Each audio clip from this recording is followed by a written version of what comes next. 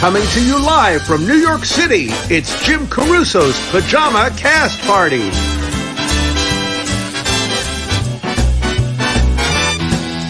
And now, here's your host, Jim Caruso. Yes, it is me, your host, Marie Osmond. First of all, before we go anywhere, don't try to adjust your computer. I have laryngitis, so that's why I sound weird. I'm trying to muscle through. I'll be fine. Don't worry about me. It's better than it was yesterday. That's all I can say. Not sick at all, just right here. So I'm thinking it's allergies. What am I allergic to? I don't know.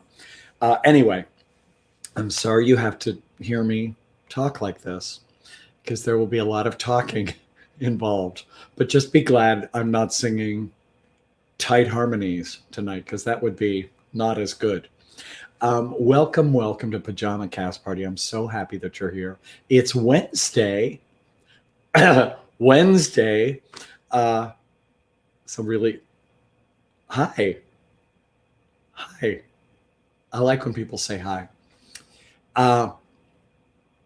What do I have to tell you? Oh, we have such a good show tonight. The cast is awesome. Caitlin Gallogly, Sean Harkness, Jana Prentiss, and Ruta Lee. I know. This is our 66th show. Now, I like to look up what each anniversary would be. Now, 66 is unique because the traditional flower, if you would like to send me a little something, is the rainbow bouquet. If that isn't the most god-awful, I screamed as much as I can when I saw that today. Truly hideous. Pull it up again. Good night, nurse. That is quite an experience. The 66th gemstone is the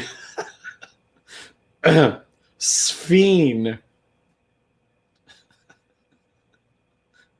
Evidently, they hope nobody makes it to 66 because that is some ugly ass looking gem. And the modern gift is a trip on Route 66. I mean, what? Who figured? Who came up with this? So we're going to St. Louis, Joplin, Missouri, Oklahoma City. Looks mighty pretty. What? I think it's time to bring somebody on to the screen who has full command of her vocals. Oh, Ruby. Oh, Jim. I promise this is not going to be an ongoing saga. Well, we're both having interesting things going on. You have laryngitis, and I'm in a cabin in Utah. I'm still not sure how I got here. Is there an Osmond nearby? No, that would sure make it more fun, though. Although there probably is an Osmond nearby. You just don't know it. I just don't know it because I'm in the woods. No, it has been fun. I'm here to celebrate my mom's birthday, and she's playing a show in Utah this week. Very exciting. But I am fully in the woods. It is the least cabaret-y feeling, but I'm happy to be here. We have to do something to celebrate Vic's birthday, for heaven's sake. We should whistle Orange-Colored Sky and then go into a whistling medley. Maybe I'll sing. I'll sing for her. Right now. Yes. I'll sing The River. And send her a rainbow bouquet. And a sphinx. Yes. Actually, You know what's funny, though? Is those rainbow bouquets, I had a vivid memory, not when you first sent them to me, but just now when we showed them on the screen. When I was really little, my dad got me a rainbow bouquet after a dance recital. I just remembered that. I think I got it once when I was really, really little, and I thought it was the coolest thing. I mean, I get a rainbow array of flowers, but the rainbow on one flower, a rose, that can't be natural. It's a choice. It's certainly a strong choice. And we love strong choices Strong here. choice. That is correct. I mean, I'm wearing wintergreen, so who am I to say? We have many. Wait, Jim. Everybody thinks you sound so sexy tonight. Yeah, I feel real sexy. That's how I'm feeling right now. Thanks, Liz. And Liz said, "Am I being held in a cabin in the woods?" No, Liz, I'm fine. I actually volunteered to come to the cabin in the woods. So. Blink if you're in trouble, Ruby. Here's what I have to say. Every week we do this, 66 weeks in a row, and you, the viewing public, have been so damn generous with your donations, your tips. We're going to continue to do that so that we can keep the literal lights on. My beautiful lighting. So we can Venmo, we can PayPal, we can accept checks. And Jim, look, tonight's message, I changed the tip message a little bit. I said, make Jim's laryngitis go away with a tip. Absolutely. Nothing would make me full-voiced more than $1 million in tips. And remember, for every 1 million cent, we will throw in a shower curtain. Why? Because we're givers. And we have a whole warehouse in Jim's apartment. On Staten Island. Yeah. Filled with cast party shower curtains. Yes. Also, if you want to be supportive, and you do, subscribe to the Cast Party Network. I believe it's... Is it down there? Yes, Jim, it is down there. Subscribe if you're on YouTube. Share if you're on Facebook. Like if you're on Facebook. Do this if you're feeling fun. What's happening? Oh, wait, I have news. I'm a harbinger of news here. This has nothing to do with anything. But our friend Colleen Ballinger. I just saw the video. I cried through the whole thing. She's pregnant with twins, which she told us about on the show. And she just found out she's having a boy and a girl. So sweet. So sweet. I mean, she's already an incredible boy mom, but I can't wait to see her with a little girl. I'm so excited. I know. We love you, Colleen, if you're watching. And if all of your fans are watching, that would mean 3 billion people are watching us tonight. I don't think we deserve that many eyes on us, Jim. Well, that would be 6 billion. Yeah. 6 billion eyes. Yeah, I wouldn't mind 6 billion eyes. We don't have enough shower curtains, though. That's true. Got to get a bigger warehouse, Jim. I know, it's true. This last week we reopened Birdland. I told you about that last week. But then on last Monday, we had the return of Cast Party, which I told you about. But what I didn't tell you about was our friend Andrea Selby, who is a brilliant artist, was sketching and drawing and painting at one of the tables. She did some of the most incredible quick drawings while people were performing.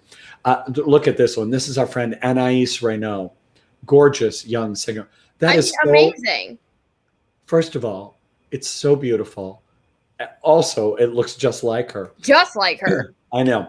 And then she did this one. This is the big opening number. That's me. That's Billy at the piano, Steve on bass, Daniel on drums, Johnny Valenti on a stool, and Benny Benack and his brass band going through their balloons.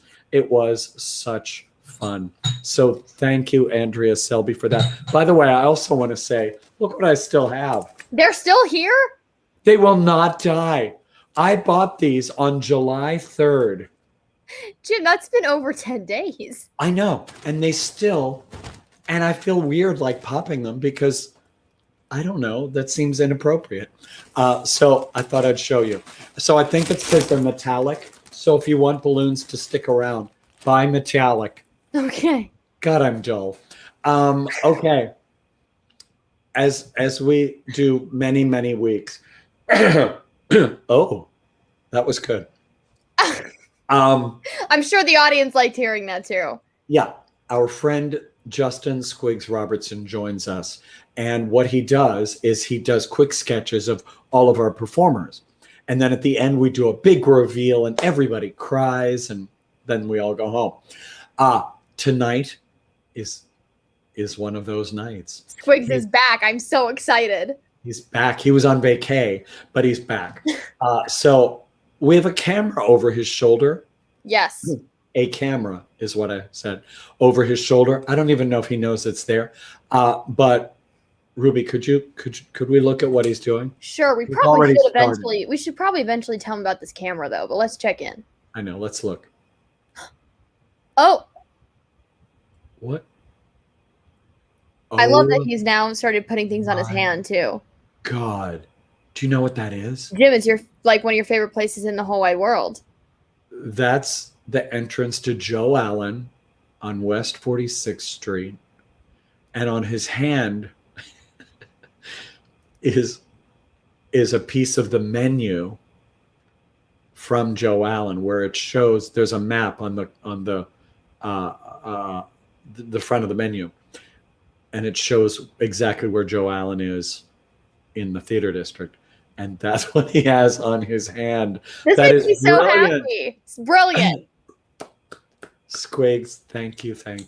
If Jim could scream, I bet he'd be screaming with delight right now. I would be doing woo in my head voice. Here, I'll do it for you. Woo! Do it again. Ready? Woo! Okay. Maybe creepy. that's what we do for the rest of the night, Jim. I just talk and you guess what I'm going to say and you just move your mouth. That's called a ventriloquist act. Well, not a very good one if you don't know what I'm about to say. That's true. That's the kind of ventriloquist I was when I was Jimbo the Clown. You're welcome. Oh, you mean when you were? Yeah. Well, you sure have that at the ready, don't you? You know, I feel like as a producer, I have to be ready for anything and everything. And honestly, this photo can be used for so many different things. I was a cute clown. I don't care what anybody says. I think it's time to go. I think we should. I think so. I'm going to go away now, but scream if you need. Well, you can't scream if you need me. Wave your hand if you need me. I'll do that. Okay, you guys, are you ready for a great show? Me too. Caitlin Gallogly is best known for her work on TV in Masters of Sex, which I loved, and as Princess Kenny in South Park. Here she is, live and in person, Caitlin Gallogly.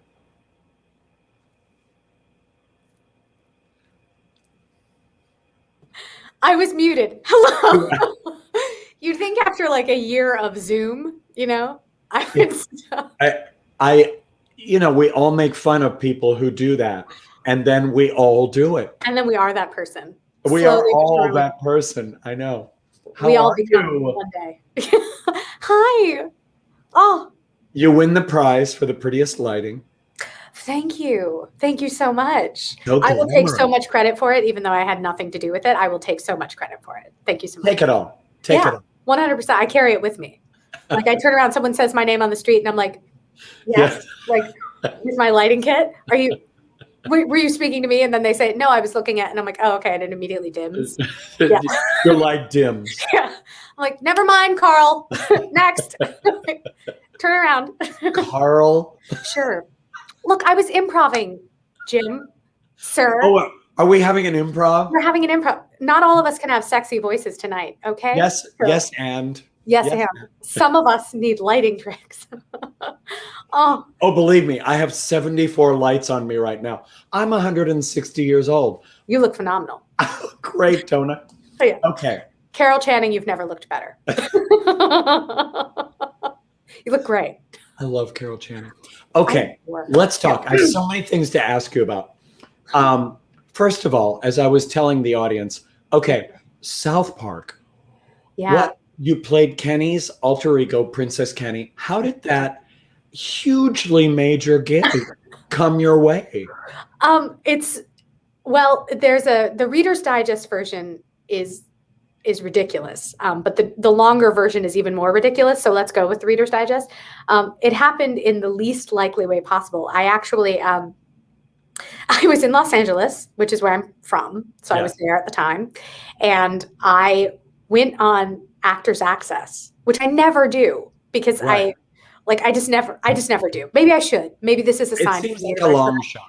It seems like a long shot. Exactly. It is. And so often the things that are posted there are, student films or whatever.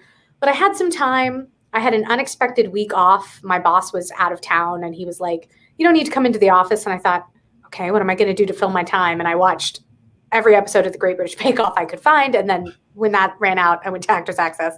And there was a breakdown for Untitled TV show, which never bodes well. I mean, it sounds like they're asking you to do porn in Van Nuys. You know what I mean? They're like, yeah, like come over, right?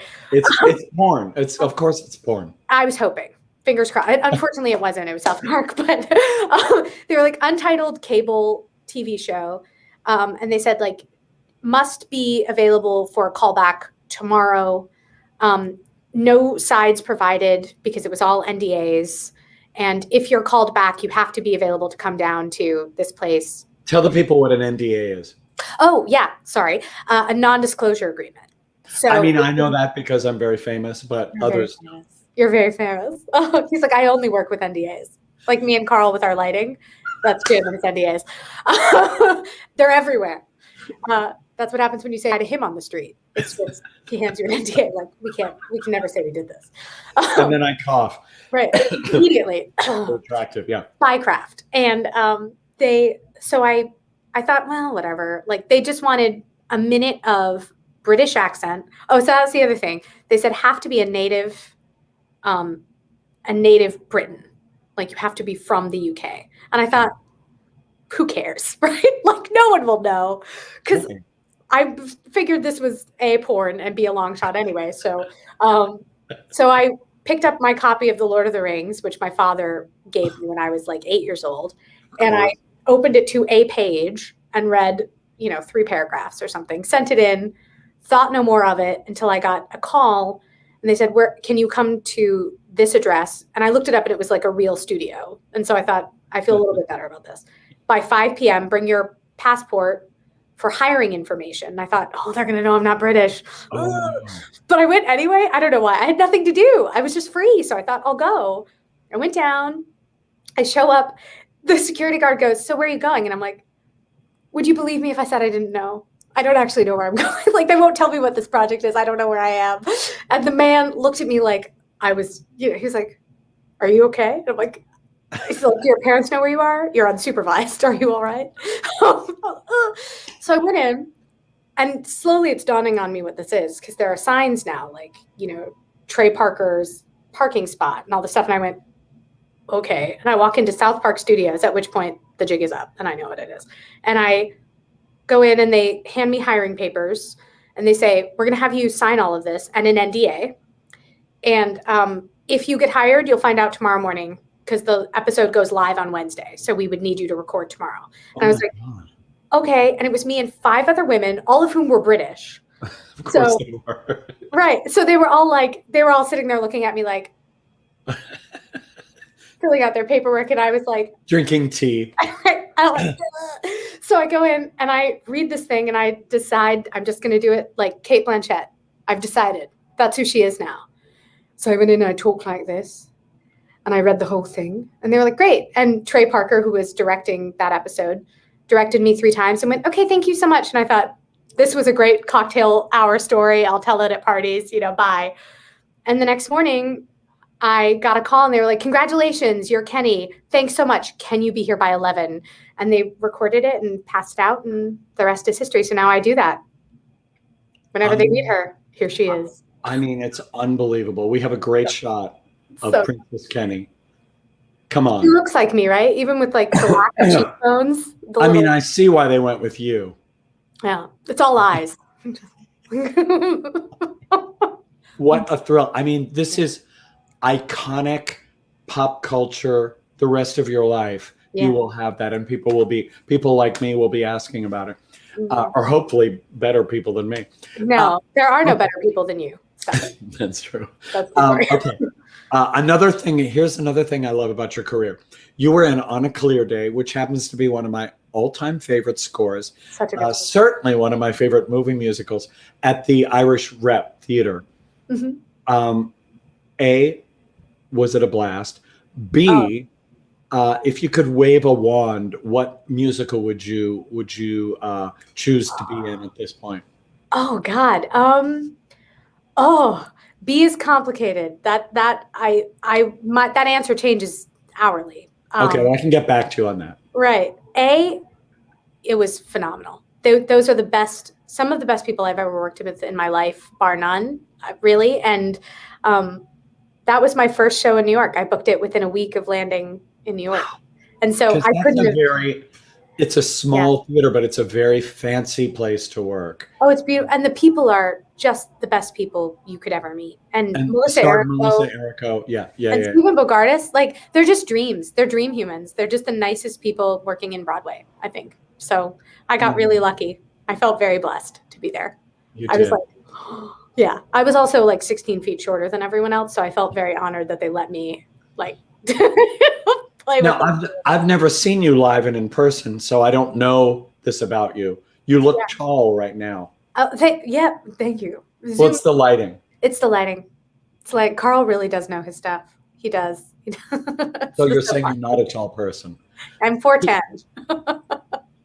Really? Yeah, really. Yeah.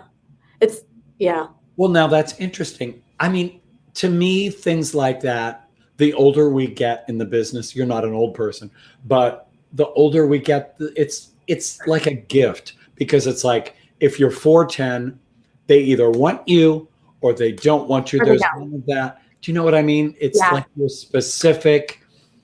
I think we have to look at it like that, because I never looked like all the other guys that were auditioning, and somebody had to tell me, this is a good thing. Someday you'll be glad.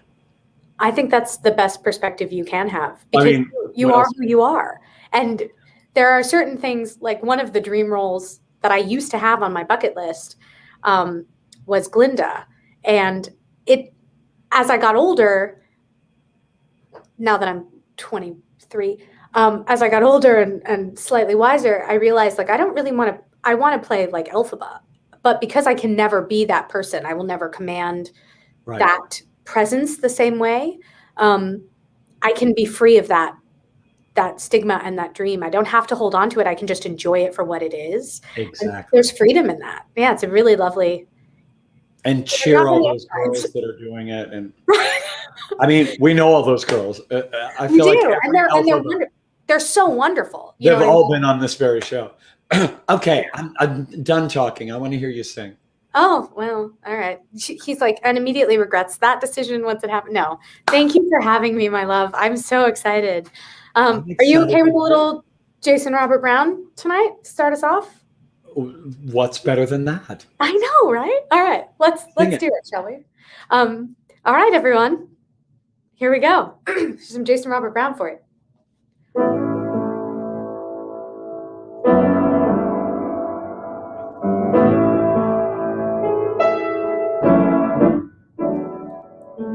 Jenny's afraid of water.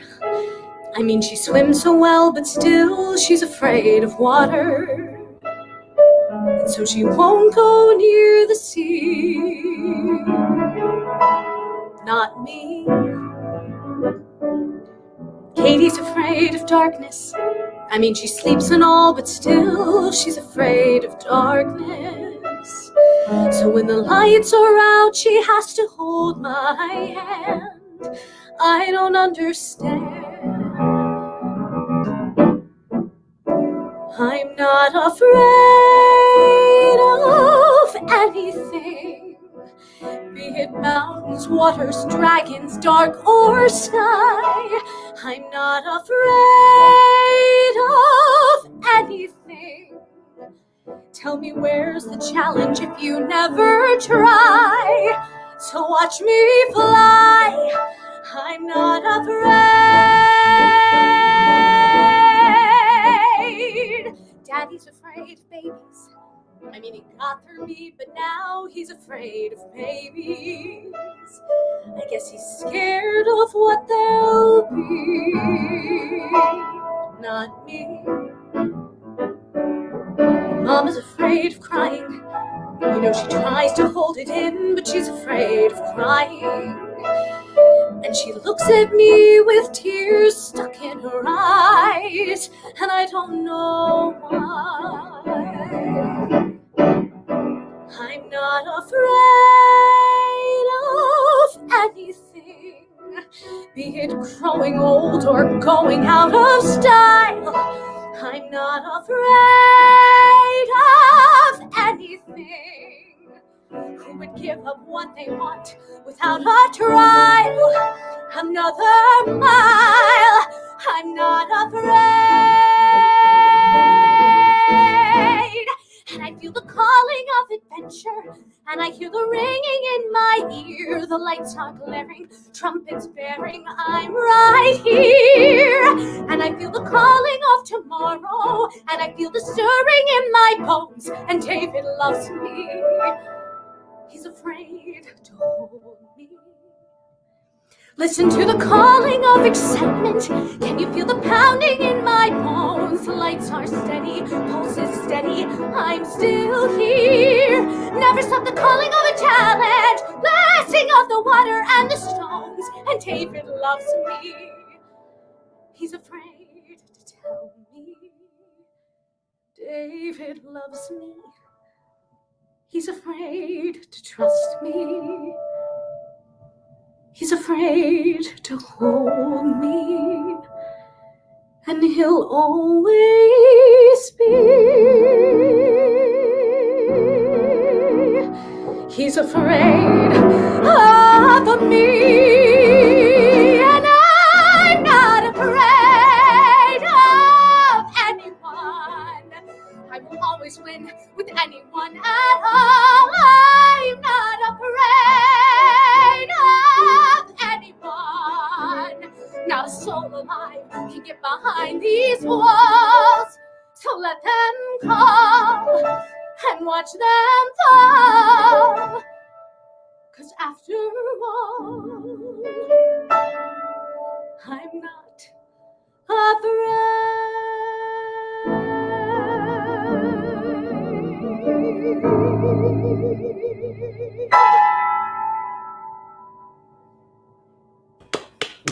Oh, God. Caitlin, you're so great. What You're a... so kind. Well, I'm not. You are. What? You are. No. Yeah, I love your voice. And who's on piano?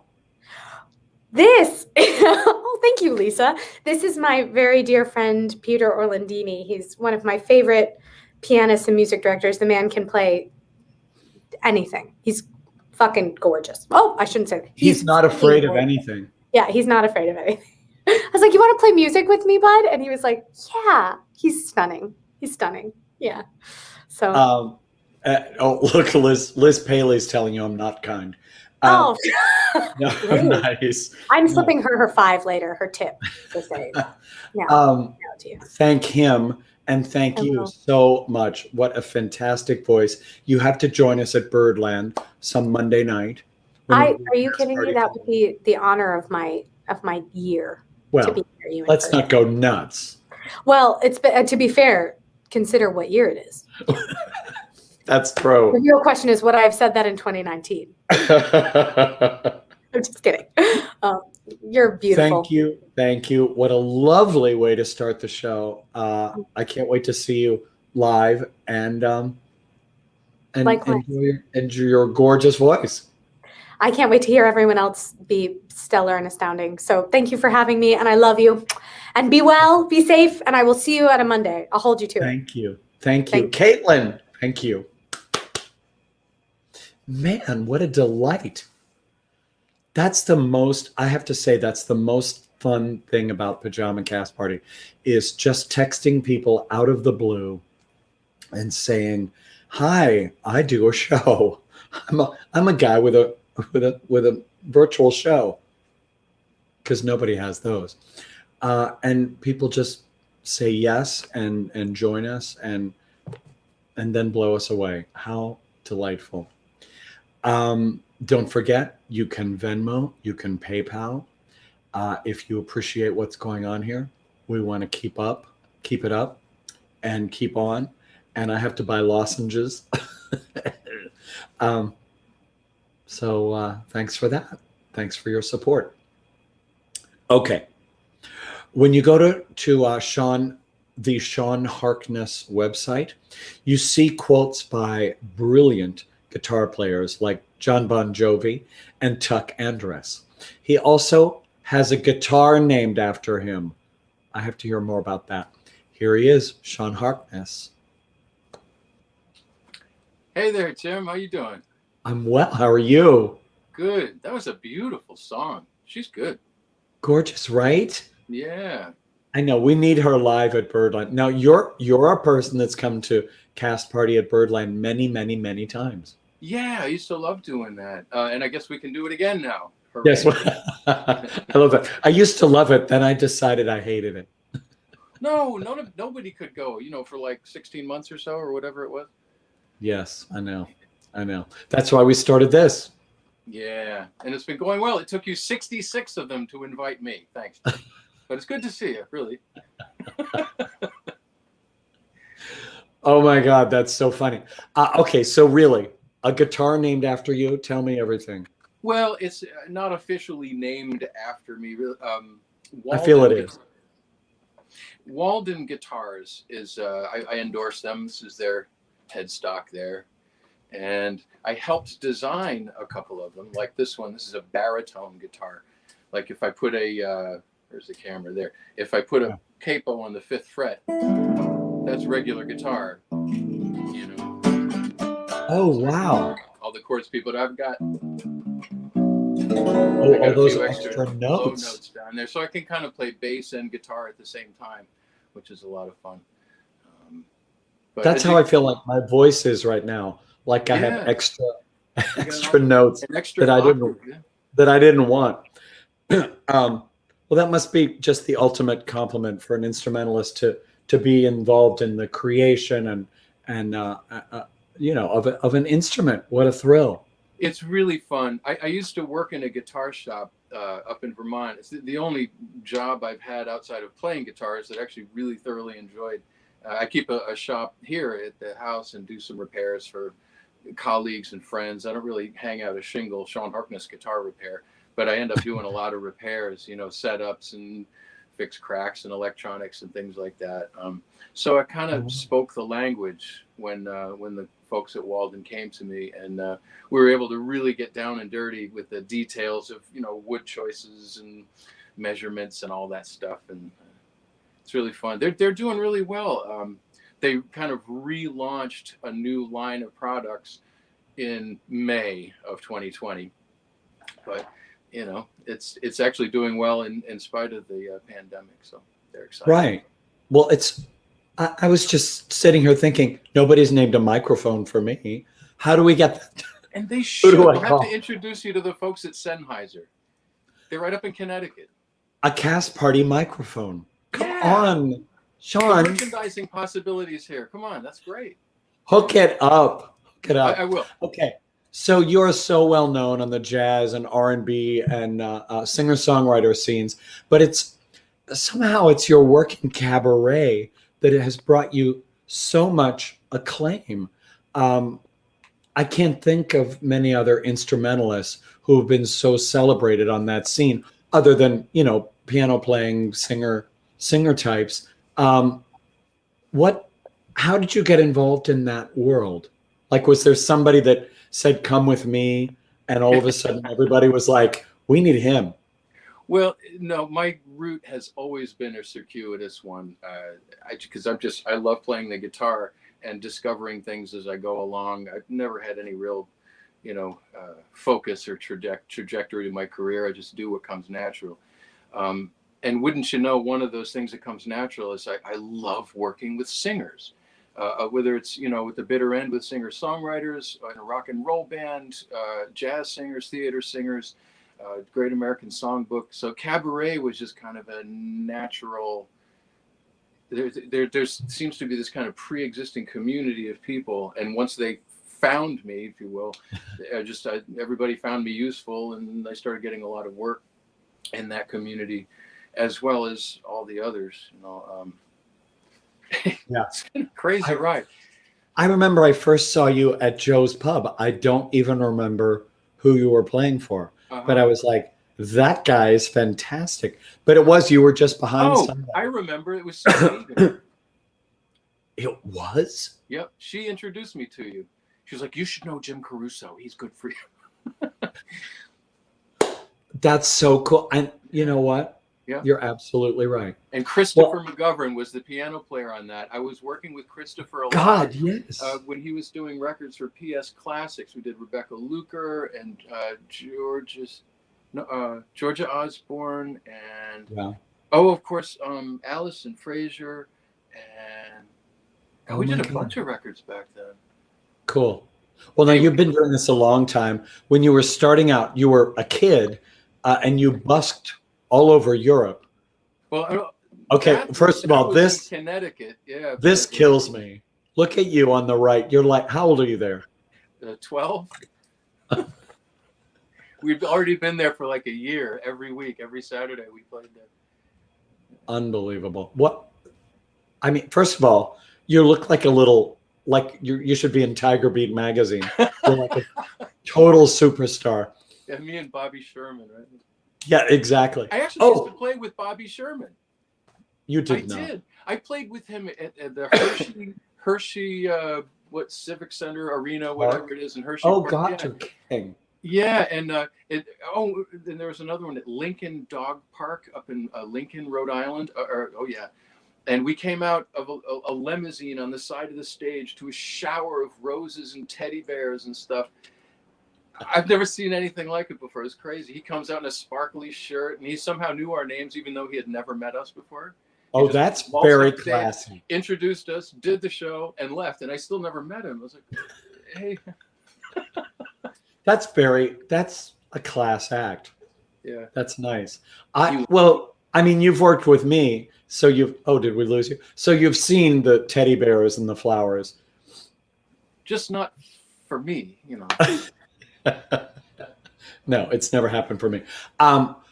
So how old were you when you were busking all over Europe? Okay, that was 87 and 88. So I turned 21 while I was over there. So yeah, 20 and 21 years old. And, I mean, that must be another accident, But such an education on how to keep an audience's attention when you're outside. Because they either stop and listen or they don't. And it's like, what am I doing? Is it the choice of songs? Is it the way I'm playing it? Is it what we look like? So much went into it. And there's a whole community of buskers from, all over Europe. And we learned a lot on the streets back then. It was fun. We have, Ruby, we have one more picture that I just love. Okay, now you're full on David Cassidy. Yep, that's Clive Hall and Sierra de Jong, a Dutch guy playing violin. That he actually speaks his English with an Irish accent. Plays mostly Irish fiddle tunes. The guy with the beard was a street busker that did all like the old Eagles and Van Morrison and Jackson Browne and stuff like that.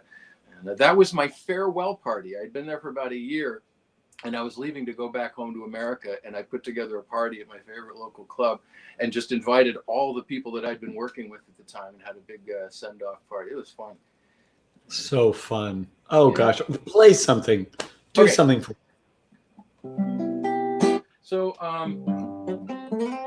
I guess what with voting rights and all, everybody nowadays has Georgia on the mind, right? Oh, I feel a song cue coming up.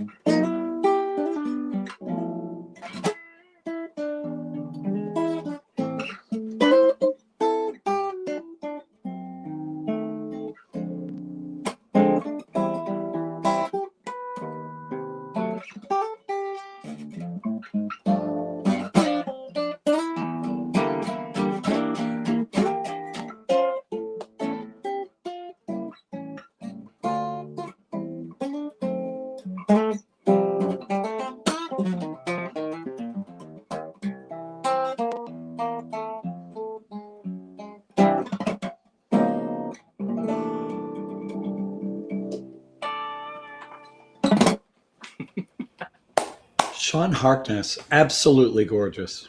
Thank you. You're so good. No wonder everybody wants to work with you. And you show up on time. You're nice. You have good lighting too. Thank you. There's a theme to tonight's show. Thanks so much for joining us. No kidding. Thank you for having me, Jim. And I look forward to seeing you in person again real soon. I'll come out to a cast party. You know where to find us. I do. Great. Thanks for listening, Thanks, everybody. Sean. Fun. Enjoy Thank the you. rest. All right. We will. Thanks. So beautiful. Man. Do you have any questions? But Ruby, that is so sad. And yet, I'm all for it. Yes, make Jim's laryngitis go away with a simple PayPal, Venmo, something. $5, $10, $1 million. So here's the thing. You know how I love finding up and coming performers. I first heard our next singer when she was competing in the Seth Rudetsky singing competition. Do you know Seth? He's a wonderful musical director, a radio show host, entrepreneur. He has done more during the pandemic than anybody to raise money for Broadway Cares, Equity Fights AIDS, and bring incredible virtual shows to the people. Anyway, he had a wonderful singing competition, and our next guest was part of that. I'll let her tell you how it went. Here she is, Jana Prentiss. Hi. Hi. How are you? I'm good. How are you? I'm so happy to meet you. You too. You just sing your head off. I'm so impressed. Thank you. Where are you? Where am I finding you? I'm in my house, in my little rec room here, with our jazz posters. Okay. But where's your house? It's in Richmond, Virginia. I'm sorry? Richmond, Virginia. Richmond, Virginia. That sounds nice. Yeah, I guess. But you're still a student, right? Yes, I am. At Spelman still? Yes, I'm going to my second year. Do you love it? Yes, I do like it. I like it a lot. So you had all last year off, or how were you doing? How did all that work? So the first semester, I was like totally virtual at home. But the second semester, I was there, but still virtual. So you were in Atlanta. Yeah, I was in my dorm room on a computer taking class. I mean, I guess it's better than nothing. Right, at least I was in the atmosphere or something. I know, exactly. You're getting the college vibe. Right. When did you become so obsessed with the musical theater? So it started when I was like 4, when I did my first show, Aladdin Jr. I was clown number 3. Yeah. And then I just got obsessed with performing. And so I did a show every year after that. So I've just been doing musical theaters since then. At 4, that is really young. Oh my gosh. What have you seen? What have you sat in the audience for that you've seen like, I want to do that role. That's the role for me. Well, okay, it's a lot of them. So The Color Purple. I want to hear them all. The Color Purple, Once on This Island, and 25th Annual Putnam County Spelling Bee. Yes, Spelling Bee. Yes, I almost did that show before COVID. I was playing Mitch. Playing who? Mitch. Who is that? I don't. He's the little counselor guy who. Oh, okay, yeah. Yeah. What a hilarious show that is! Oh my gosh, I saw the original cast, and I don't know if I remember that much about the material. I just remember screaming with laughter because they were so brilliant. Oh my gosh. Right. So funny. Okay, tell me about the singing competition, the Seth concert series. Okay, so my first concert series was the Audra McDonald one. So me and my best friend are obsessed with her. So when she saw that, she was like, you have to do it. And I was like, I'm definitely doing it. I didn't win that one. I got honorable mention for that one. But then LaShawn's is like one of my favorites as well. And Once on This Island, of course. Yeah. So I was like, yeah, I have to do this one. And I ended up winning. And it was like, I couldn't breathe. I don't know. I was on cloud 27. I loved watching the video clip that you posted of when they announced that you won. It's like, is it your dad? Oh, that was my mom. Okay, I knew there was some parent, another parent there, just screaming, and everybody was flipping out. It was so cute. I just love it. So what happens when you win that? So I literally know nothing about it other than you won. So he plays it on his concert, during his concert, and like the artist gets to see you sing their song. So LaShawn saw me sing. So is everybody singing a song of the artist? Yeah, he gives a song I see. And we all sing the same cut. Yeah. How fun. I want to do something like that on Pajama Cast Party. Not that, we'll change it up, Seth. But I want to do some kind of contest. I think that would be so fun. So fun. How did you hear about it? It just popped up one day. My friend sent me the Audra one, and I just kept doing them. Right. Yeah. And the two of them judge, Seth and whoever the artist is? I think so. I think they do judge, yeah. What a great thing. And is the Broadway World Next on Stage college competition about to happen, or did that just happen? Oh yeah, that finished a few weeks ago. It did. Okay. And you did that too? Yes, I did. That was also a spontaneous. Let's just go ahead and do it.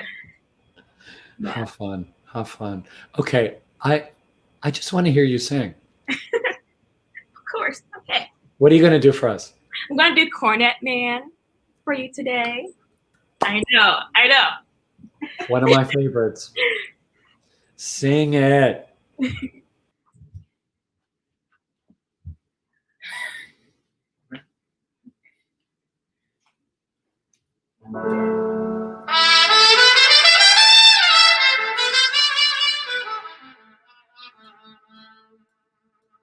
Well, I just put the kids to sleep and swept the shed. Took my sweetness satchel down and watched him pat. I said, darling, while the stove still smolders, unpin your woman's hair and rub her shoulders. I threw myself across the doorway, begging, stay, sweet man, stay. But there's more in my mental life than this old tag. It's Jeremiah time and a shiny cornet and jazz in the rain. The lady ain't been born, can't take the place of a horn. With the cornet man, I'm going with this going traveling cornet man. Just anytime they call him, he'll leave his wife and kitty sitting with their tongues out to play for peanuts in a dive and blow his lungs out. He'll hop a choo-choo on a moment's notice to play some dates with Billy Bates or ragtime Otis. The lady ain't seen light, can't give a horn a fair fight. With the cornet man, a Ruta Lee and a shooting dapper Dan, who carries in his satchel a powder blue Norfolk suit,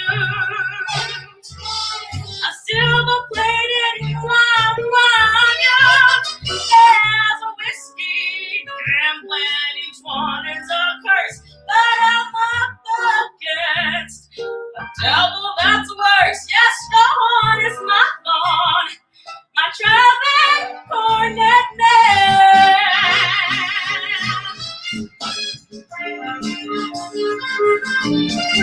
A pot of good Norfolk soup and a silver-plated wild rabbit.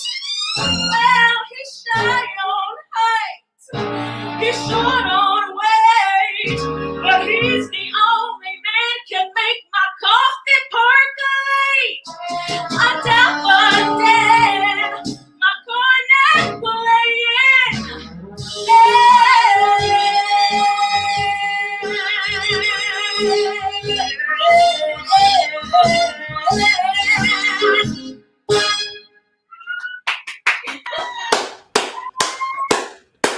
Who's that clapping? my whole family. I love that. They need to follow you everywhere. You sound so gorgeous. A great song. Your band is fantastic. Thank them for me. Thank you. Are you planning on coming to New York soon, just to visit? Yeah, of course. Of course. That's good. You have to, and you have to stay over on a Monday and hang out with us at Birdland at a cast party. Definitely. Gives me a reason. The people will absolutely love you, and we'll get Seth there. We'll get LaShawne's there. We'll make a party. Get Audra there too. You have to get Audra there too. Okay, she's never been, but LaShawne's has.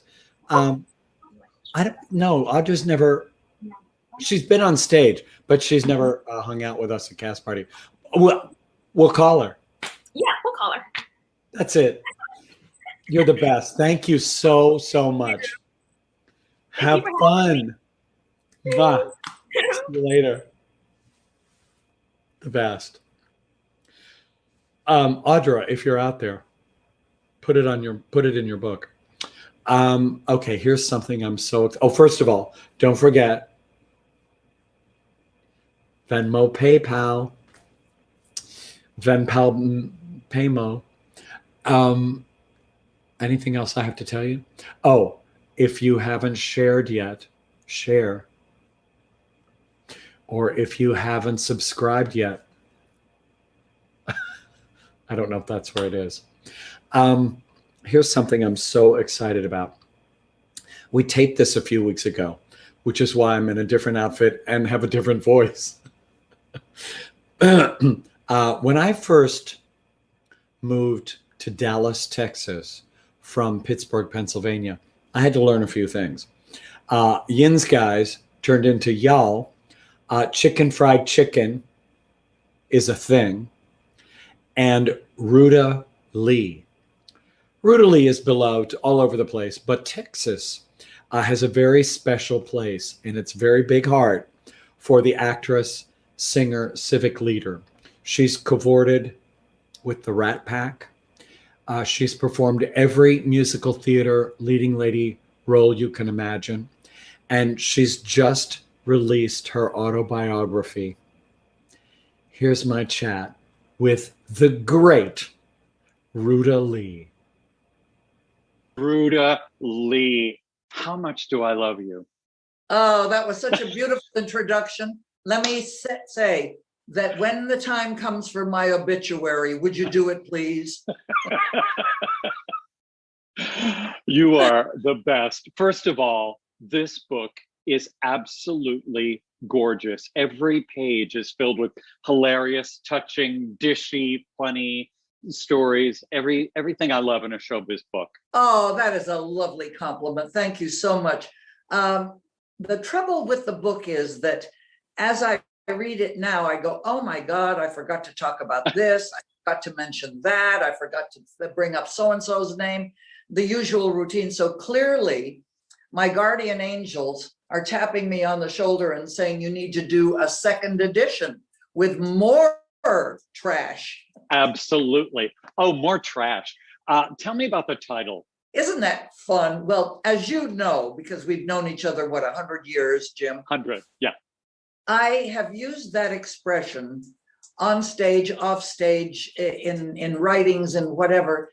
It's meant as my most sincere, deepest gratitude for anything that's come my way, whether it was someone that turned on a television set to see me, or what paid for a movie ticket to see me, or paid to the theater to see me, or gave me money for my Thalians, which is Hollywood for mental health. As you well know, Debbie Reynolds and I were the head mamas of that for 60 years, for God's sake. And whenever anybody did something wonderful for me, I always said, please consider your ass kissed. And my darling friend, George Pinocchio, who is, as you know, the ABC reporter, Hollywood reporter, and the red carpet man for ABC television, said, Ruta, if you ever write that book you've been talking about, that should be the title. So lo and behold, there we are. And I mean it to you and everybody else. Consider your darling asses kissed.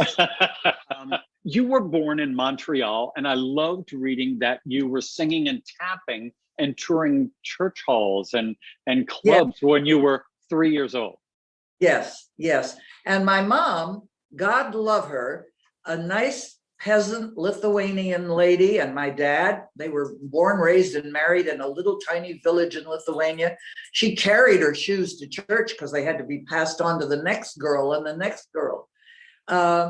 She knew nothing about theater, what you and I both love so much, Jim, you know, live performances. She only knew about movies because she got to see movies. And where were they made? They were made in Hollywood.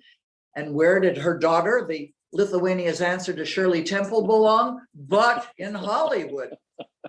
And, you know, by hook or by crook, my folks got us to California, which was not easy from Montreal, because at the time it was after the war. And so miracles happened. And as I am wont to say, God works in mysterious ways.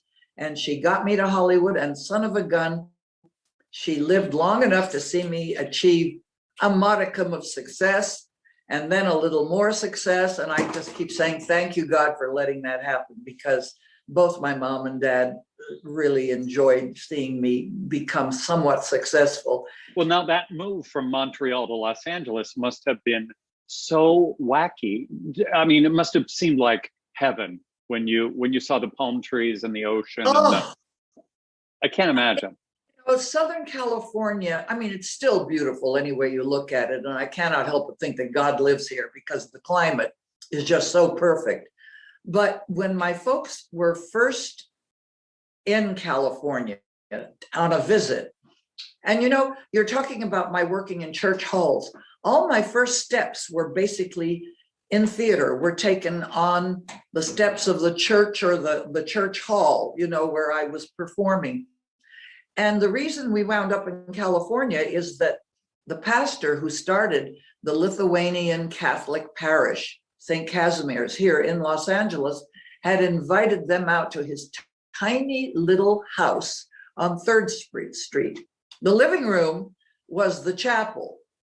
The rest of it was his home.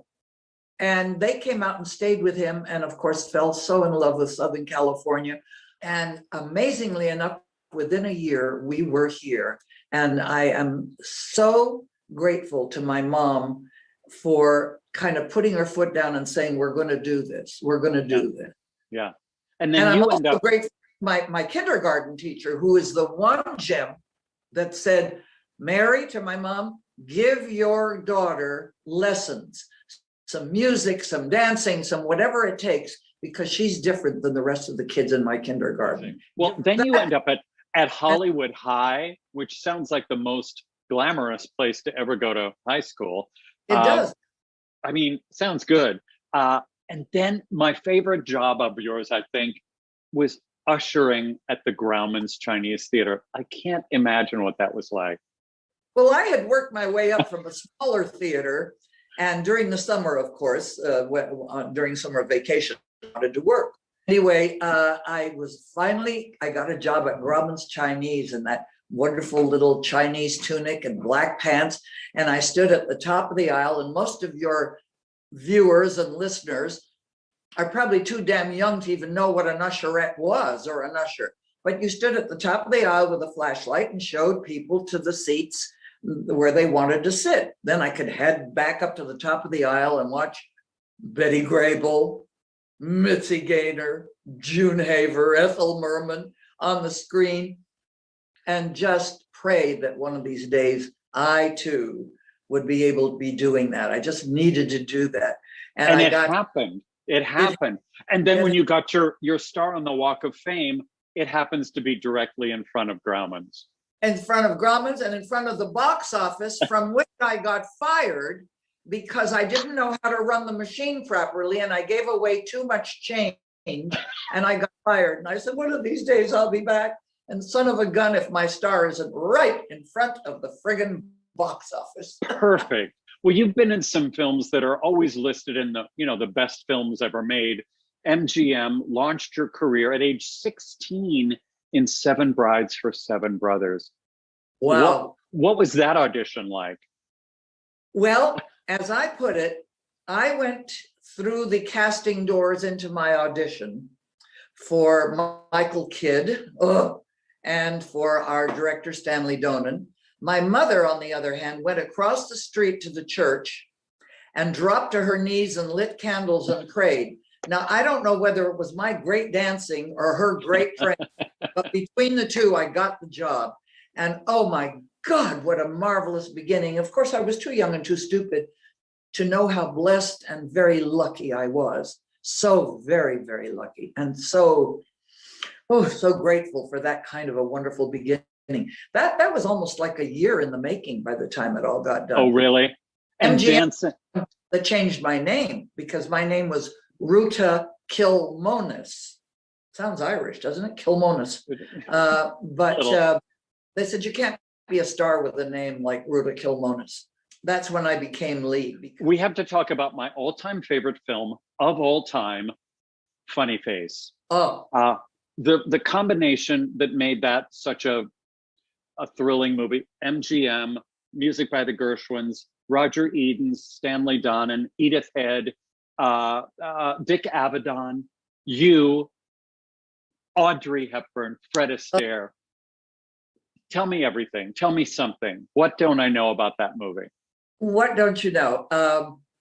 Well, first of all, I was a newbie, and of course I was working for Stanley Donen again. This was the second time that he used me because he was our director on Seven Brides.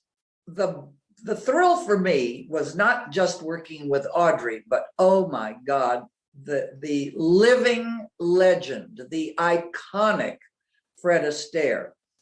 And I don't know if most of the people tuning in with us today are aware of what a perfectionist he was. I mean, he was meticulous about what he did and how he did it, and he would rehearse from here to Kingdom Come to get something right.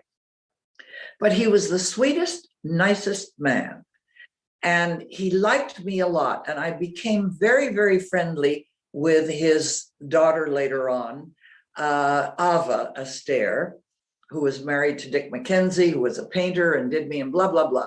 And Ava would say, Daddy, you want to come over for dinner? He'd say, no, I think I'd rather stay in tonight. And she would say, Daddy, I think Ruta's coming over for dinner. And he would come. Now, damn it, I should have played my cards right. I could have been Mrs. Fred Astaire. Ruta Astaire. And too stupid. Yeah, Ruta Lee Astaire, please, after all that change. Well, you know, I got to be really terrific friends with another person from that film, Kay Thompson.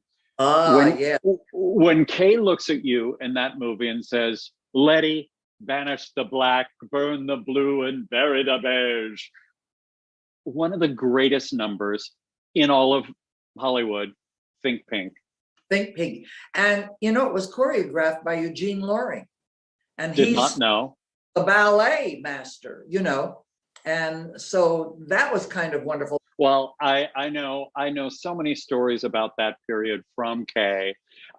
You worked with the Rat Pack, really all of them, in one fell swoop in Sergeants 3. Do you know what fun it was to be leading lady to Frank Sinatra, Dean Martin, Sammy Davis, Peter Lawford, Joey Bishop, the Crosby Boys?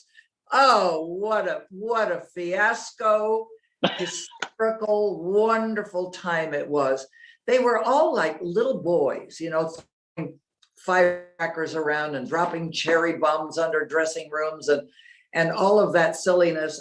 And it was just amazing. And of course, we were on location in Kanab, Utah, which is utterly, utterly beautiful. And Frank always had a fleet of helicopters and a fleet of planes to take us back and forth to Las Vegas. Oh, what a fabulous treat. They just owned the world, and you must have felt like you owned the world when you were with them. Well, you've done some downright historic things. In 1964, you made a very important phone call to the Kremlin. I mean, how many people do that? Well, obviously, nobody I know. It took a few drinks to make me do that. Because, you know, as you well know, because we've talked about this before, Jim, but I spent something like 12 years, because I was the first in my family to become a citizen of the United States. And from the time I was 16 on, I was doing vizovs, which is an invitation in Russian, in Lithuanian, and in English that invited my grandmother to come and live with me, with the wording saying you don't want to be a burden to your family or to the state, and therefore I will assume full financial responsibility for bringing you here, blah, blah, blah. We got word that she was dying. She had chosen to return after her 12 years or 15 years in Siberia. And the little house, the thatched roof hut that they had was gone. Now she was living with an aunt somewhere up near Klaipeda, near the Baltic, and a dirt floor, you know, a tin roof. And she was thanking us for all the things that we had sent, including the clothes that she would be buried in. I came home and found my mother in a spate of tears. And mind you, you know, any letter that came from Lithuania had all kinds of black lines through it, you know. Everybody got marked out and everything was so highly censored. But we got the gist that she was dying and she was thanking us. And I went out with friends that night, and the more wine they poured, the more evident it became that I should do something quite outrageous. And what would be the most outrageous? Pick up the damn phone and call damn Khrushchev and do it. So I placed a person-to-person call to Nikita Khrushchev, the Kremlin, Moscow, USSR. And that bitch of an American operator said, "How do you spell Khrushchev?" And it was back and forth. Nyet, nyet, nyet, nyet. In the meantime, I started calling the Russian embassy in Washington to see if they could do anything for me. And of course, our State Department had said, "Ruta, don't ever take your parents if you go, because they could be detained by the Soviets as a primary Soviet citizen because they were born there." I talked to everybody from the dishwasher to the lawnmower person. Niet, niet, niet, niet, niet, not the least bit interested. And finally, the call comes through saying, "Mr. Khrushchev no speak it English. You speak it with his interpreter." And I said, "Yes, fine." I remembered that was the very attractive young man that traveled with him when he was banging his shoe on the podium. And so I said, "Yes." And he said, "Miss Lee, we know all about you in the Soviet Union. What can I do for you?" And I said, "I want to come immediately. And not only do I want to come to the Soviet Union," and you were only allowed then as a foreigner to get into Moscow or Leningrad. And I said, "I want to come to Lithuania." And he said, "Oh, we'd love to have you come. Why don't you talk to your congressman about it?" And I said, "What the hell does my congressman have to do with my traveling in your country? This is not political. It's a matter of the heart. For all I know, my grandmother is dead. If that is the case, we'll go to her gravesite. If she's dying, at least we'll be there. We'll see her in the hospital. If she's not, then I'll visit." And he said, "Present yourself again to the Soviet embassy." And I thought, oh, God, here we go. And I'm going to get the dishwasher again. This time, the hotlines were flashing between Moscow and Washington because I was connected immediately to the first secretary And the first secretary was Lithuanian, and by the way, became a very good and useful friend.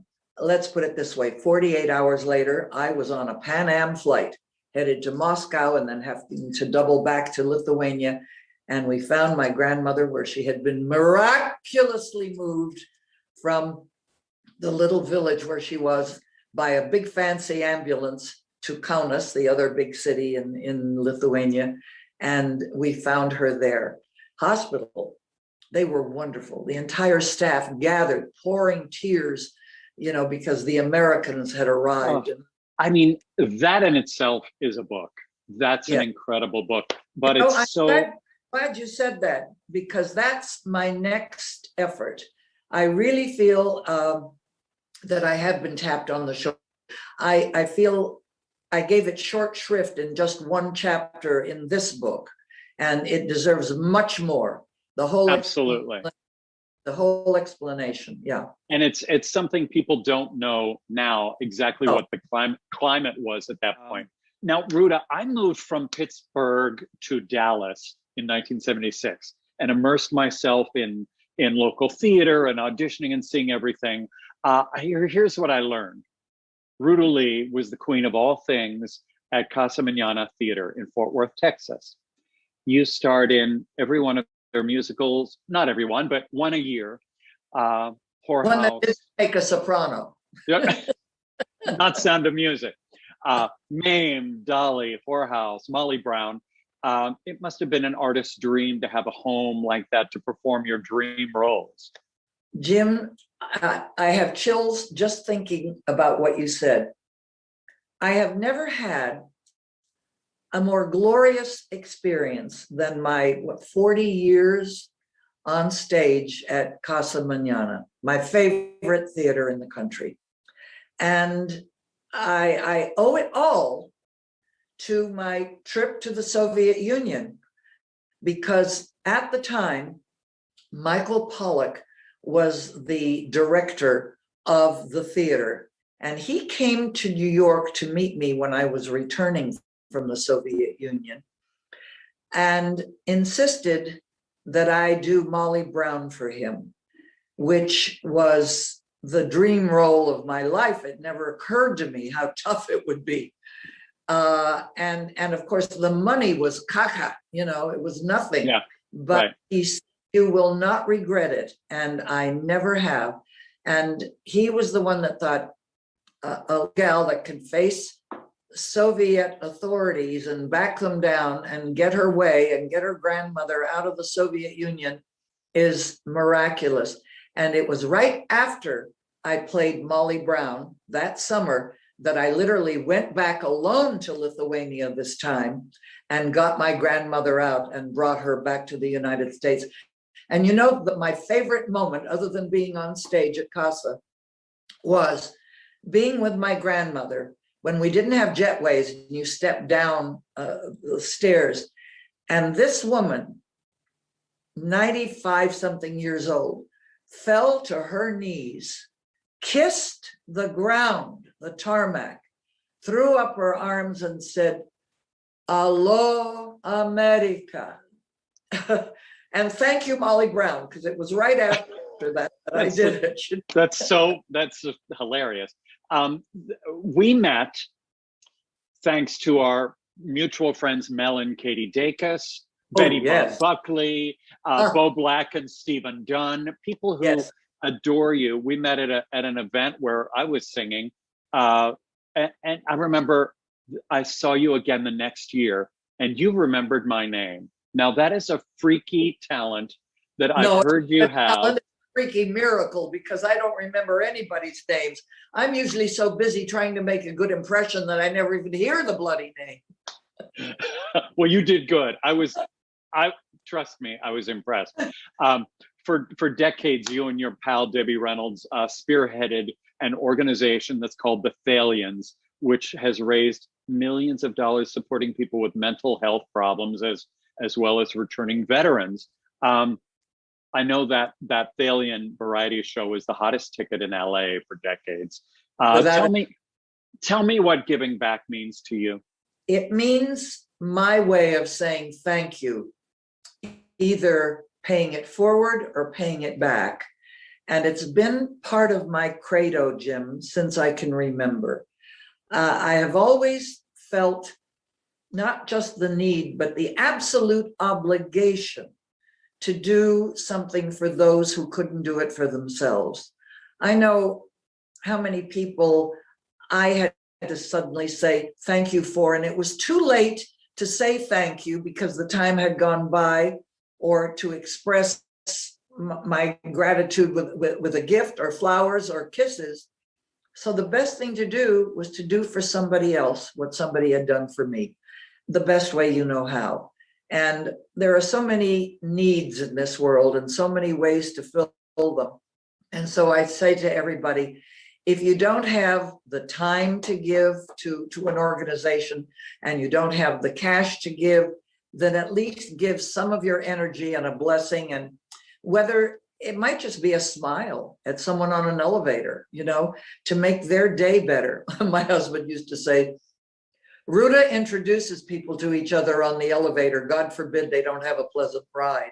It's an innate thing in me, and I don't know whether it came from my genes or whether it came from show business, because I think that showbiz people are the only, not the only, but the most generous people on the face of this earth, because we give away the only thing we have to sell, which is ourselves, our gifts, and our time. You've given us so much, my dear friend, and everybody should go out and buy this gorgeous book. Oh, please do. Please go to either Barnes and Noble, order at least 300 copies. Make me look. Come on, we're all Let's do it. Let's do it. It's wonderful.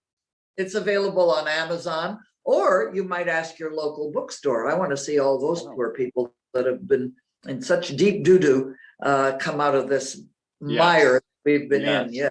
Yes. Well, it's a wonderful story of a life so beautifully led. Ruta, I love you.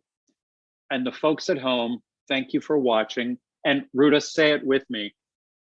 Consider your ass kissed.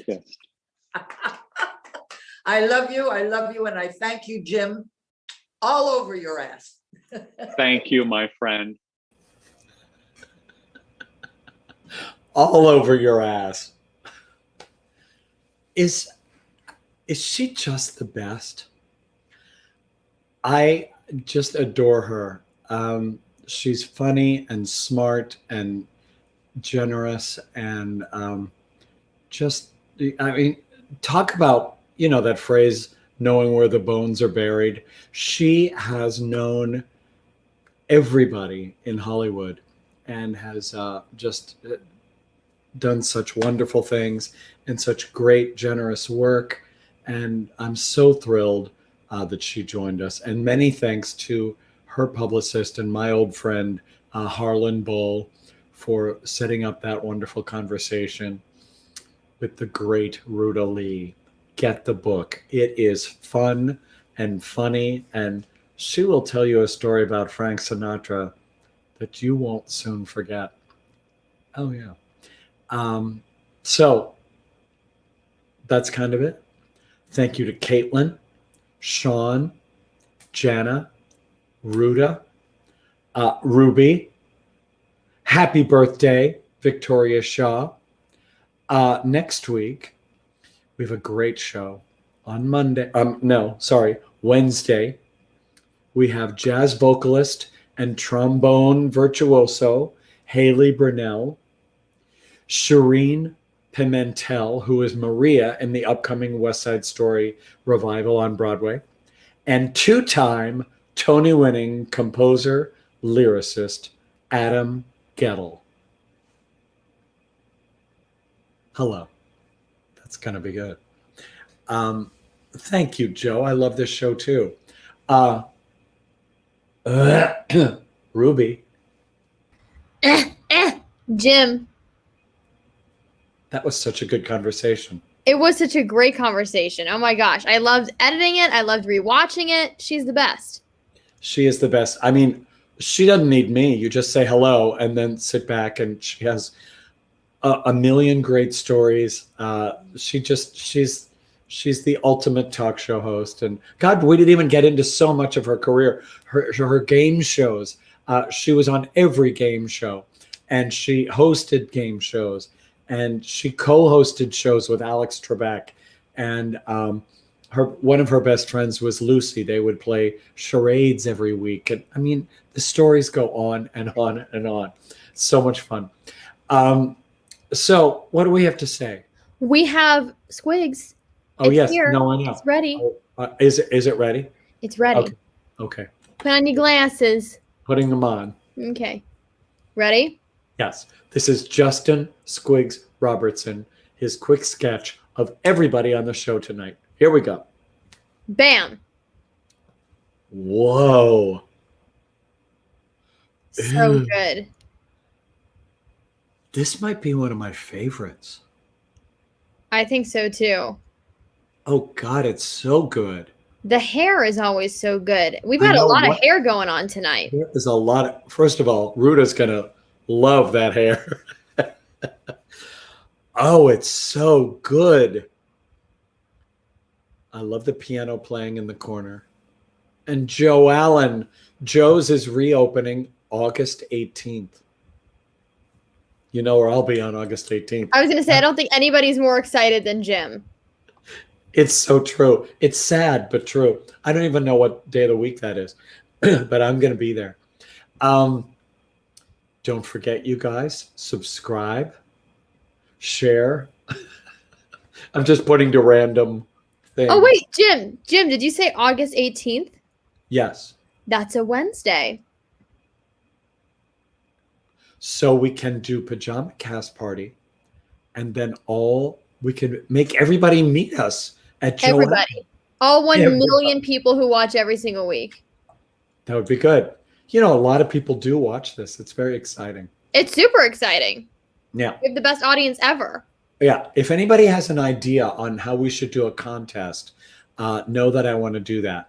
A young,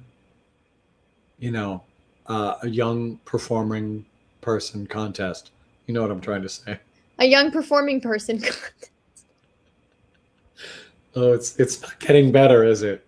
I don't feel that all of a sudden I can go sing a. You don't want to sing right now? You don't want to do a little encore? I'd like to do a Gilbert and Sullivan List song. Oh, good. Okay. Well, Jim, I'll just remove myself. Take it away. Because who wouldn't want to hear that? Oh, and you guys, don't forget. I mean, Ruta was talking about giving. Give, for God's sake. We can't do this. We have to pay for this platform. So we would love your donation. You've been so incredibly generous this whole time. All 66 shows. Thank you, Ruby. Do you have anything to add to that? Yes, while you rest for a second. Yes. No, we appreciate your tips every single week. Truly.